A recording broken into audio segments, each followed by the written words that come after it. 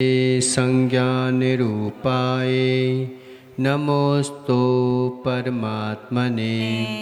नमो अरिहंताणं नमो सिद्धाणं नमो आयर्याणं नमो वज्रायाणं नमो लोये सब्बसाहुणं। पंच परमेष्टि भगवान की जय हो। 1000 श्री आदिनाथ भगवान की जय हो। आचार्य भगवान पूजपात स्वामी की जय हो। आचार्य भगवान गुरुवर विशुद्ध सागर जी महाराज की जय हो। 3 कम 9 कोटि मुनिराजों की जय। बोले बासाले मूर्ति मुनि से घाट पर समसागा जी गुरुदेव की जय हो। मुनि संघ की जय हो। हाँ, यहाँ पर कल जो है आचार्य भगवान ने 33वीं कारिका में गुरु के अभ्यास से बताया। वास्तविकता में गुरु भी यहाँ पर प्रेरक निमित्त नहीं है, उदासीन निमित्त कहा गया जिन आगम में उनको। गुरु को प्रेरक निमित्त नहीं कहा गया। यद्यपि गुरु प्रेरणा देते हैं, निर्देश देते हैं, आज्ञा देते हैं, सब दे रहे हैं, फिर भी उनको जो है प्रेरणा निर्देश आज्ञा का साकार रूप नहीं रहती। कर्तव्य मान के वो शिष्य को शिक्षा देते हैं, इसी उनको यहाँ पर प्रेरक निमित्त नहीं कहा गया जिन आगम में। क्योंकि अगर प्रेरक निमित्त कर देंगे तो मान की संक्लेशता हो जाएगी, फिर गुरु अपना कल्याण कैसे कर पाएंगे। वो ये सोच के ही जो है शिक्षा दीक्षा देते हैं कि योग्यता के अनुसार, कि भाई तोते को सिखाया जा सकता है, अब उल्लू को क्या सिखाया जाए। उल्लू में योग्यता है तो आप प्रेरक निमित्त बन जाते हो उसके लिए कि भाई ये सीख लो। आज यहाँ पर शिष्य की भी बात कर रहे हैं कि तुम भी जो हो ना, शिष्यो गुरुणाम हीनम न दीनम, क्या है, शिष्यो गुरुणाम न हीनम न दीनम चिदानंद रूपम नमो वीतरागम। ना मैं शिष्य हूँ ना मैं गुरु हूँ, कौन गुरु कौन शिष्य, मैं तो सदा चिदानंद रूप वीतरागता से युक्त हूँ। इसी बात को आचार्य भगवान इस कारिका में कह रहे हैं। क्या बोल रहे हैं? सस्मिन् सदा विरासित्वा सस्मिन् सदभिलाभ भीष्ट ज्ञापक तभीष्टे ज्ञापक ततः भीष्ट ज्ञापकत्व ततः स्वयं हित प्रयोक्तित्वा स्वयं हित प्रयोक्तत्व दात्मे विगुरुरात्मना तात्मेव गुरुरात्मना।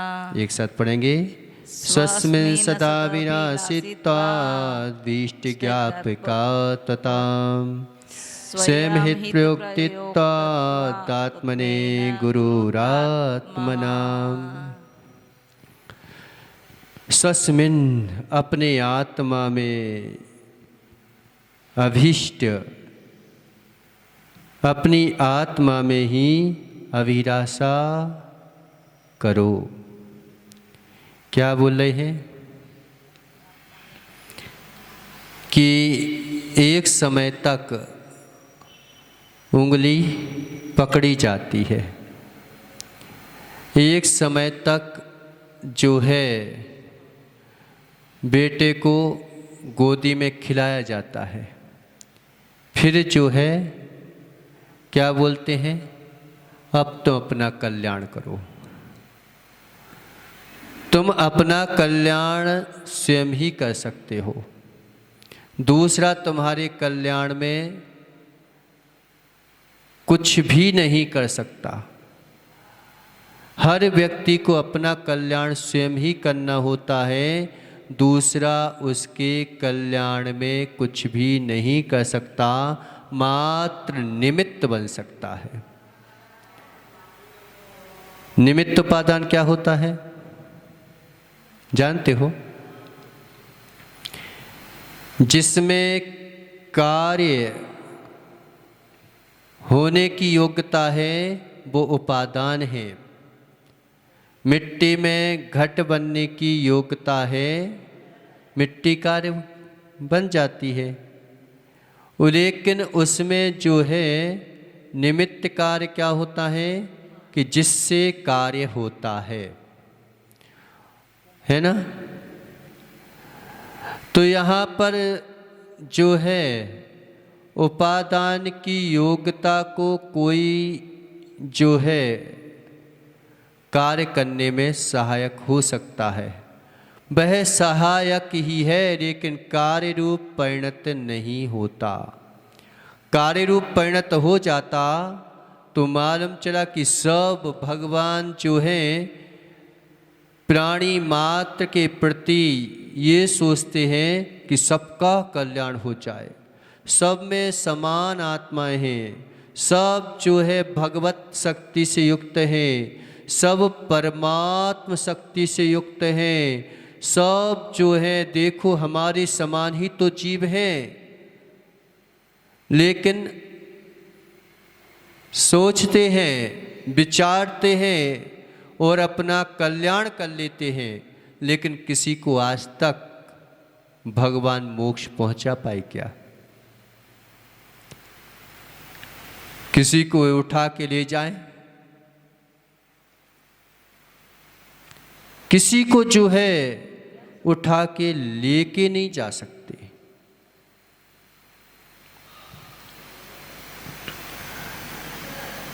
आप देखना, अब यहाँ पर कि आप चाहो तो गलत कर सकते हो, अच्छा तो स्वयं होता है। आप एक बीज है खेत में डरा हुआ है, उसके ऊपर आपने पत्थर रख दिए, अब बताओ उस बीज में क्षमता है कि नहीं है हरे भरे होने की, छायादार वृक्ष होने की, उसमें जो है फलित होने की, पुष्पित होने की योग्यता है कि नहीं है? लेकिन होगी क्या?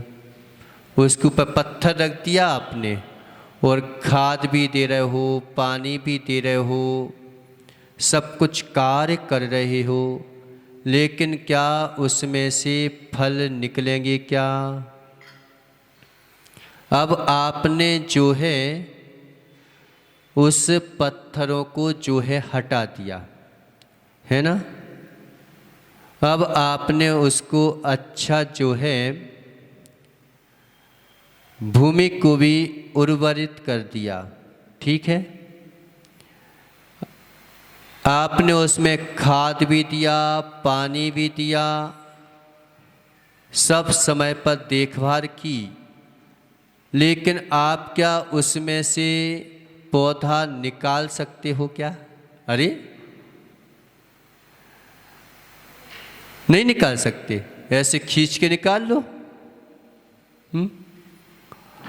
आप मात्र जो है उसमें खाद दे सकते हैं, पानी दे सकते हैं, आप उसके सहायक बन सकते हैं, लेकिन क्या आप जो है पौधा निकाल सकते हो क्या?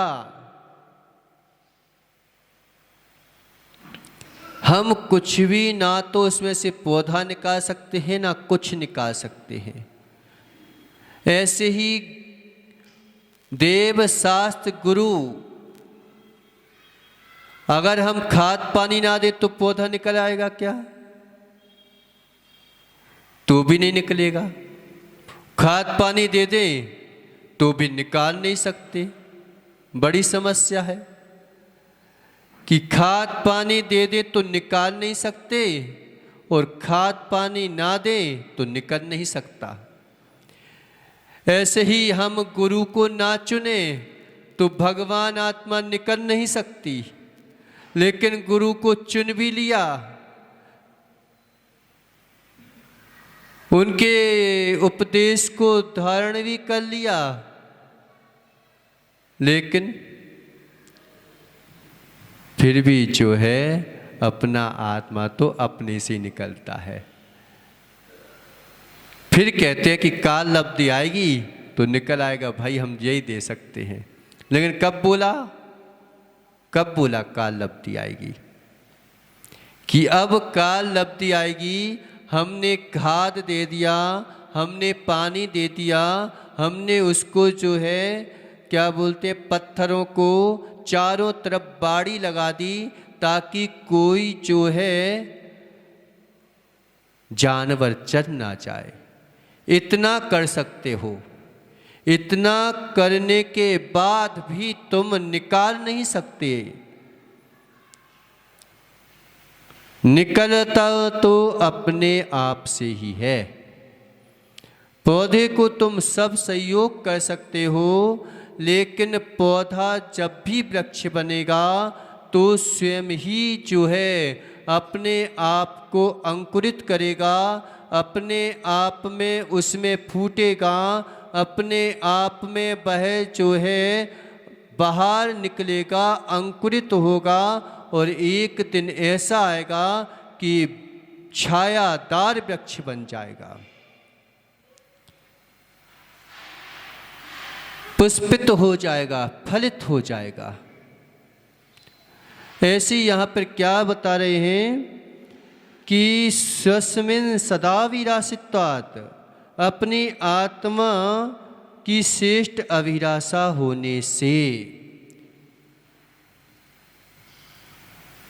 आदाहुमेणाणम आदादंसनचारित्या आदापच्चक्षाणम आदाहु संबरो जोग। आत्मा ही जो है संबर है, आत्मा ही योग है, आत्मा ही प्रत्याख्यान है, आत्मा ही निश्चय दृष्टि से जो कुछ है सब आत्मा है, कोई दूसरा है ही नहीं। ये अभेद कारक है, अभेद कारक निश्चय नय का व्याख्यान कि अभेद कारक कि आत्मा ही संबर है, आत्मा ही योग है, आत्मा ही प्रत्याख्यान है, आत्मा ही जो है क्या है, दर्शन चारित्र आदि है ना। तो हमने यहाँ पर यही बात बोले हैं कि सस्मिन अपनी आत्मा ही श्रेष्ठ अभिलाषा होना चाहिए, तभी तुम गुरु को चुनोगे। जब गुरु की आत्मा की इच्छा हुई तो हमने गुरु को जाना, गुरु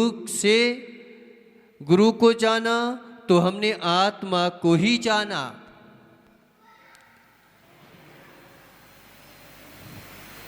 किसको जाना? जब पैसा जानते हैं तो हम अपनी आत्मा को जानते हैं, आत्मा को जानते हैं तो पैसा कमाते हैं। अब तो समझ गए ना आपकी भाषा में कि जब आत्मा की जिज्ञासा हुई तो हमने गुरु को जाना, गुरु ने हमको आत्मा का स्वरूप बताया तो हमने गुरु से आत्मा को जाना। किसको जाना? एक ही चीज को तो जाना, दूसरी चीज को जाना कहाँ हमने? व्यवहार से भगवान जो है तीनों लोगों को जानते हैं, सर्वज्ञ हैं, लेकिन निश्चय से तो आत्मज्ञ ही है। आत्मज्ञ है तभी सर्वज्ञ है, सर्वज्ञ है तभी आत्मज्ञ है।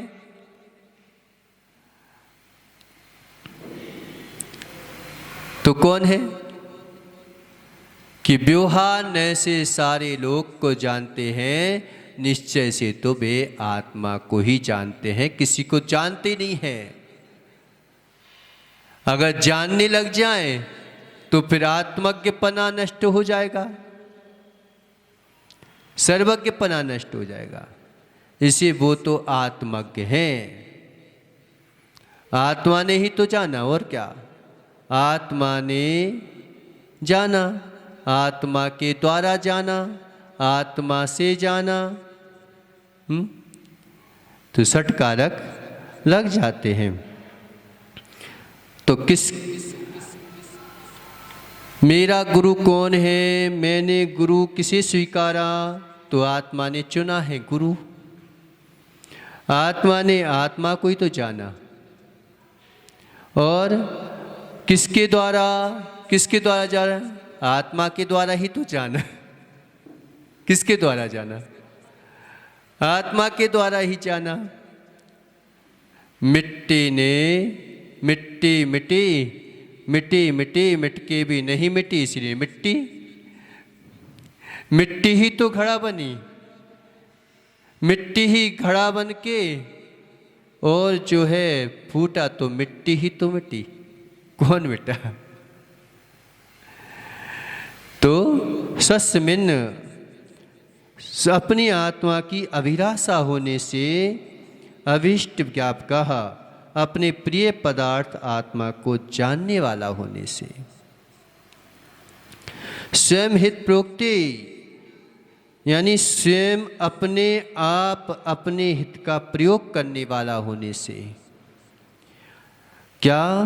आत्मनेव आत्मगुरु, आत्मा ही आत्मा का गुरु है। ना विशुद्ध सागर मेरे गुरु हैं, ना विद्यासागर मेरे गुरु हैं, ना भगवान पारसनाथ मेरे पारसनाथ हैं, कोई मेरा नहीं है। जब हमारे अंतर में ज्ञान हुआ तो हमने भगवान को जाना, भगवान को जाना तो हमने अपने आप को जानने के लिए तो भगवान को जाना। तो शिष्यो गुरुना पिहीनम न दीनम चिदानंद रूपम नमो बीतरागम। ना मैं शिष्य हूँ, क्यों शिष्य तुकाता को स्वीकार करूं? शिष्यता स्वीकार करोगे तो हीन भावना आएगी, गुरुता स्वीकार करोगे तो अहंकार भाव आएगा। मेरे शिष्य, अहंकार आ गया, अरे मैं तो उनका ही बस हूं। बताओ, इसे बोलने की शरीफ एक जन कल बताया था ना हमने कि महाराज अपन जैसे भगवान को माने कि हे भगवान आप तो भगवान हैं, आप तो महान हैं,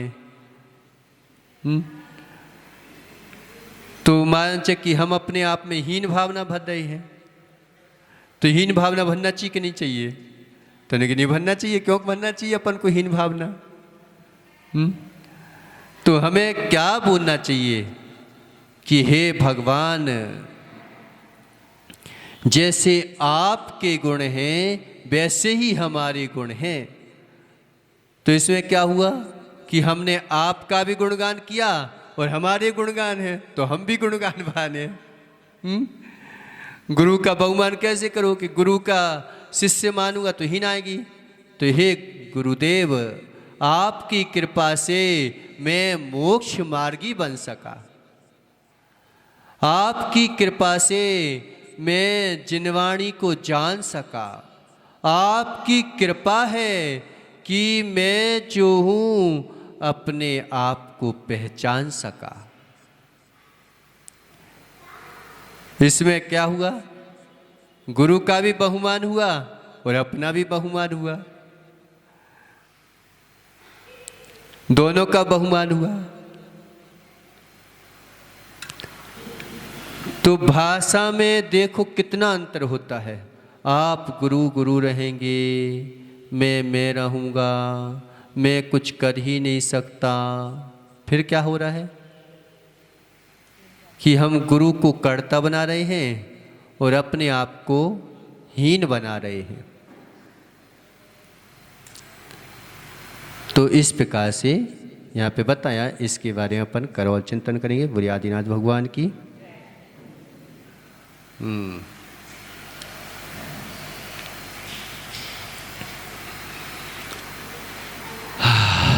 यहाँ पे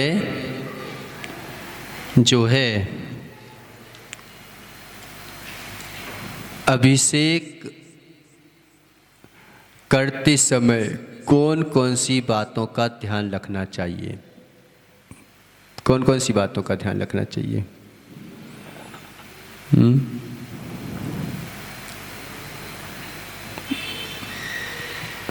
सबसे पहले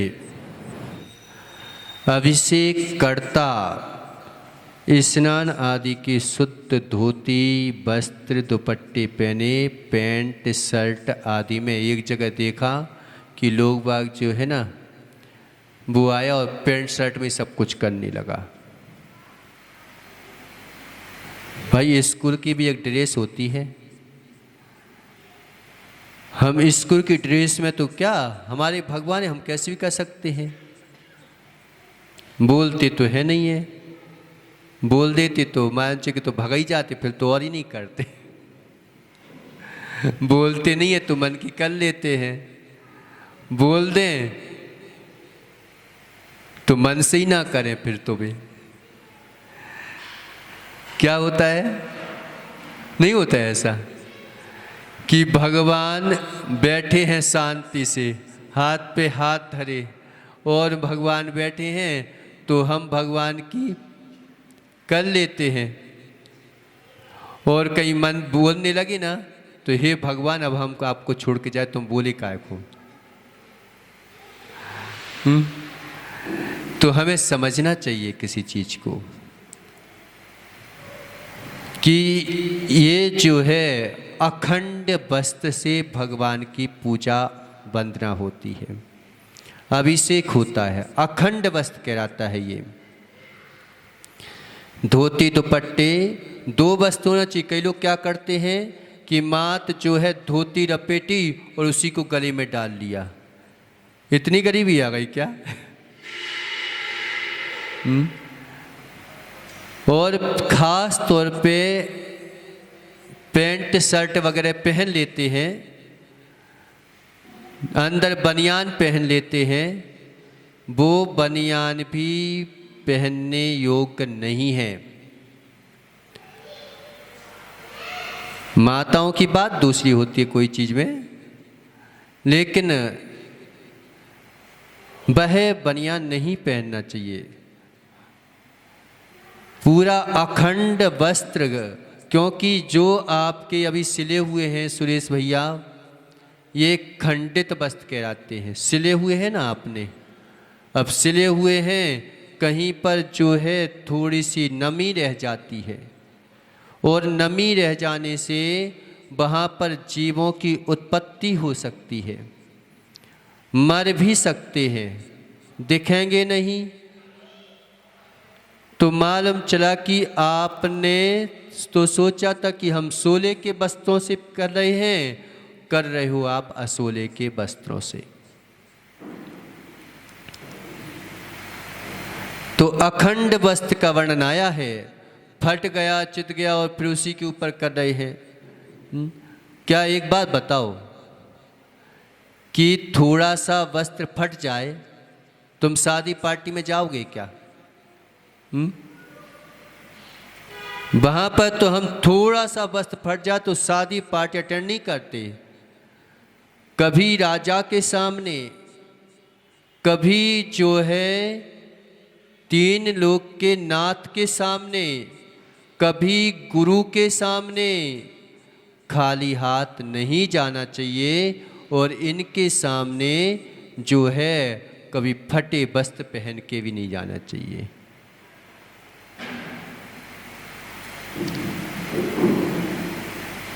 फटे वस्त्र वे पहने जो दरिद्र हुए।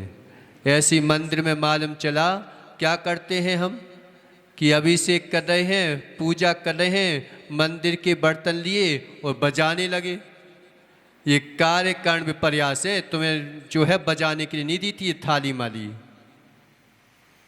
अगर तुम्हें बजाना है तो फिर क्या बोलते हैं वो, बढ़िया बाजे लेके आओ, झांझर लेके आओ और भी लेके आओ, उनको बजाओ। मंदिर के बर्तनों को मत फोड़ दो तुम। और मंदिर के बर्तन भी अगर टूट गए हैं, फूट गए हैं, तो उन्हें जो है अलग हटा दो। कभी उनमें जो है पूजा नहीं की जाती।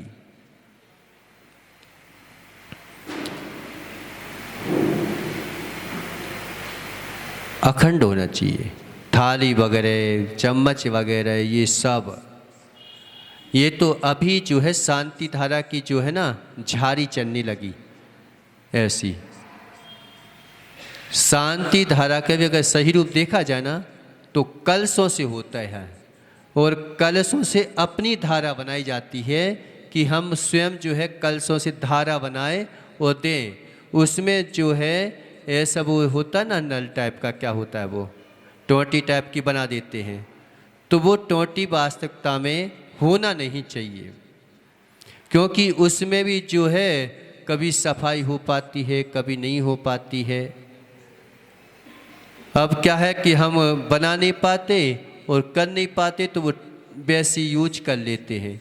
या फिर उसी में अपना इतना विबंध होना चाहिए कि हम जो है उसी में इस टाइप का बनाएं कि उसको हम साफ कर सकें।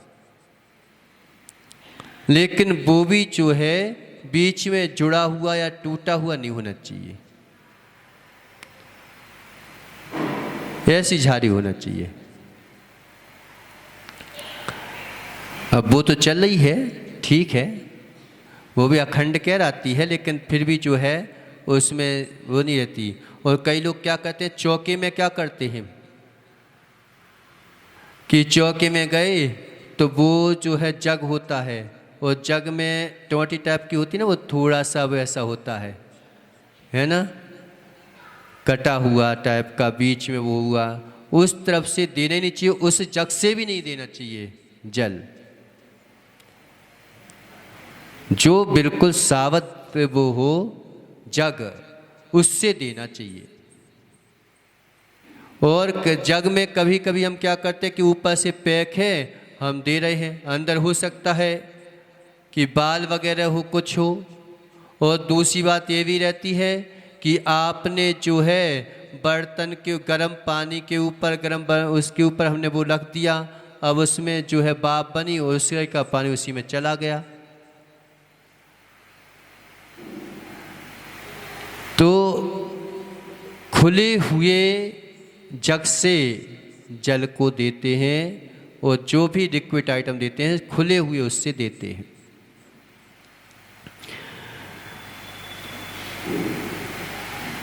और अभिषेक आहार देने की उम्र जो है कितनी होती है, 8 वर्ष के बाद। यहाँ पे तो वैसे देते नहीं है ज़्यादा, नहीं तो बच्चे लोग लगे रहते हैं कि मुझे करना है, मुझे करना है अभिषेक। तो कह दे भैया तू 8 साल का हो जा फिर करना। क्यों? क्योंकि अभी विवेक जागृत नहीं हुआ। मेन चीज क्या होती है, बड़ा भी व्यक्ति हो, अगर वो विवेक से नहीं कर रहा है पूजन अभिषेक क्रियाएं, तो वो बालक के समान ही है।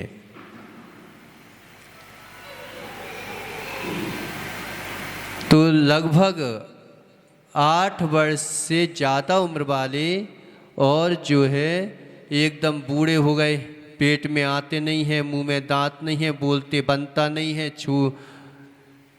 तो भाई तुम दूर से कर लो। क्यों? करो ही मत। उस समय बोला कि देख लो। अगर कोई रोग है, शोक है, खांसी चल रही है, भगवानी के सामने खांस रहे हो, उनका थूक उचट रहा है। अब कई लोग क्या करते हैं चौके में, क्या सुरेश भैया, मन शुद्धि वचन शुद्धि काहे शुद्धि, मानो चाहे उसी में थूक दिया और फिर दे रहे ले महाराज। अब मान कि अब काय की शुद्धि बची राकेश, इसलिए खाली हाथ हो जाओ, फिर जो है शुद्धि बोल लो, उसके बाद जो है आहार दे दो। दोनों को तो मिला दिया तुमने, अब काय की शुद्धि बची।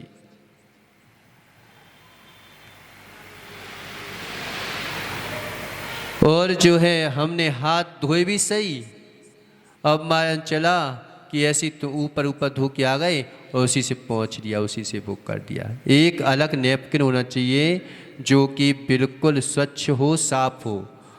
हाँ, और भगवान के कपड़े तो देखो, कभी जो प्रक्षार करते ना, मालूम चे कि जैसे गाड़ी घिस के आए हो ना, ऐसे कपड़े हो गए हैं कि मालूम चला कि जैसे कोई गाड़ी माड़ी साफ करके आए हो, वैसे कपड़े उन्हीं से रोज के रोज भगवान को पहुंच रहे हो।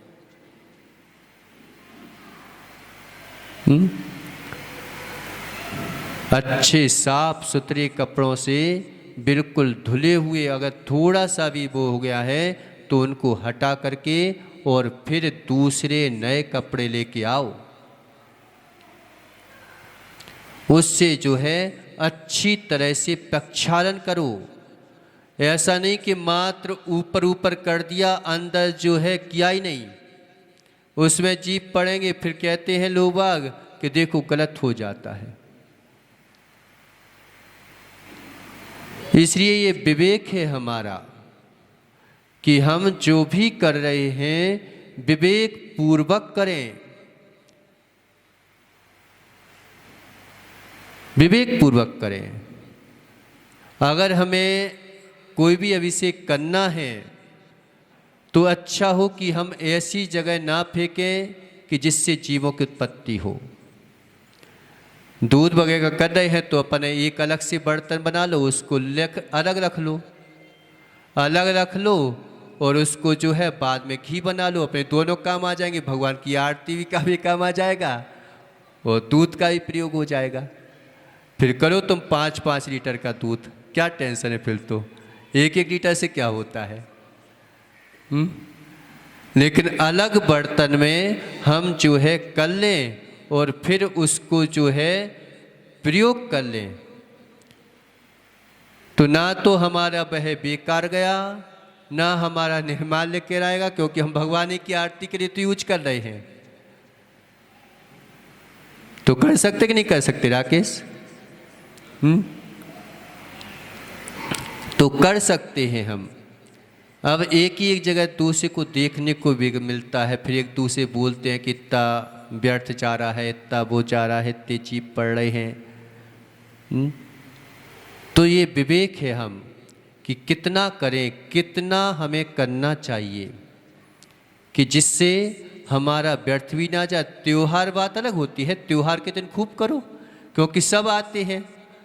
जैसे महावीर बाहुबली भगवान है, अब वो 12 साल में होता है तो बड़े उत्साह से करते, फिर उस समय मर्यादा नहीं देखी जाती। कई कई कामों में जो है मर्यादा नहीं देखी जाती, कभी कभी, लेकिन हर समय जो है मर्यादा देखी जाती है।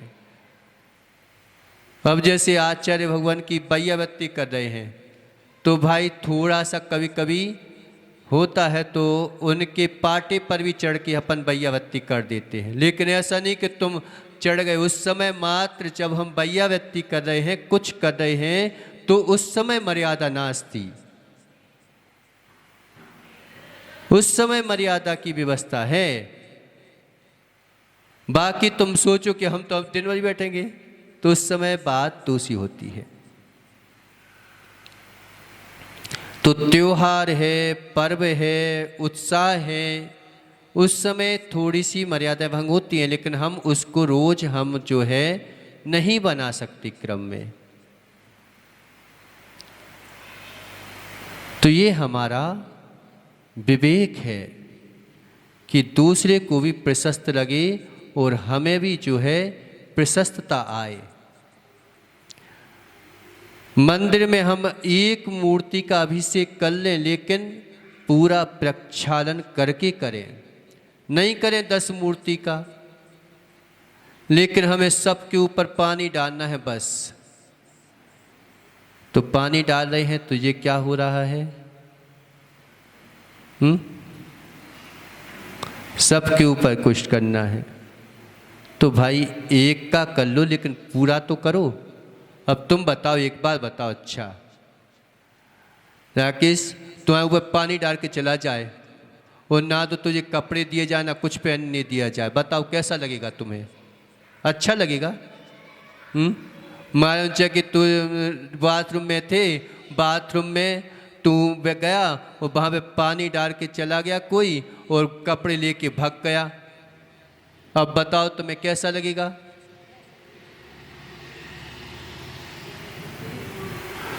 तो हम जो है जितनी जो है अभिषेक पूजा नहीं कर रहे हैं, जितनी अवहेलना कर रहे हैं, एक का कर लो ना आप। क्यों टेंशन है आपको कि हम सब करें? अब मान लीजिए कि कल बताया था ना कि 10 महाराज खड़े हैं, 10 महाराज को देना है तुम्हें। अब मान लीजिए कि नीचे जीव मर रहे हैं, कुछ मर रहा है और तुम आ रहे हो, कहीं देख लिया तो अंतराय हो जाएगा।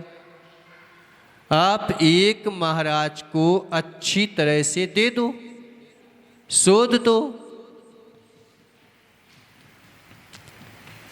क्या हम आचार्य को देंगे तभी पुण्य मिलेगा क्या? हम अगर मुनिराज को नहीं देंगे तो क्या पुण्य नहीं मिलेगा क्या?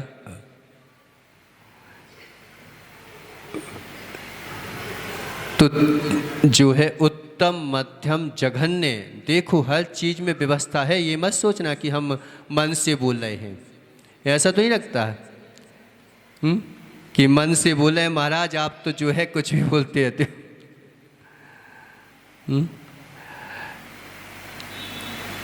तो उत्तम मध्यम जघन्य 3 पात्र बताए हैं। कभी सम्यक दृष्टि का चौका खाली जा ही नहीं सकता, कभी नहीं जा सकता। एक भी दिन अगर सम्यक दृष्टि है और भगवान जिनेन्द्र देव का भक्त है, उसके इधर कोई भी ना आए तो भी उसका चौका कभी खाली नहीं जाता। जब भगवान, अभी कंपनाचार्य आने वाले हैं, टेंशन नहीं करो तुम। और 700 मुनिराज थे और हस्तिनापुर में चौके कितने थे? कि 500 ही लगाए थे क्या? पूरे हस्तिनापुर में चौके लगे थे। अब मुनिराज तुम आज 500 ही थे, 700 मुनिराज थे। तो जहां पर चौके में आहार हो गए, उनको भैया राखी बांधी कि भैया आपके इधर हो गए, और जिनके खाली गए तो एक दूसरे को लिवा के ले गए। बताओ एक भी चौका खाली गया क्या? तुम्हें राकेश भैया, ये सुरेश जो है भगवान का भक्त है, पूजा करते हुए दिखाई नहीं दे रहा तुम्हें? उसको लिवा ले जाओ।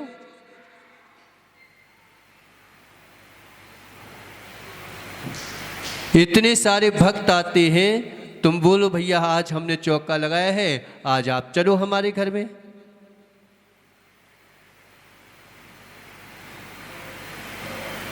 तो सम्यक दृष्टि जिनेन्द्र देव के भक्त का कभी चौका खाली नहीं जाता। रोते बे हैं जिन्हें बोध नहीं होता।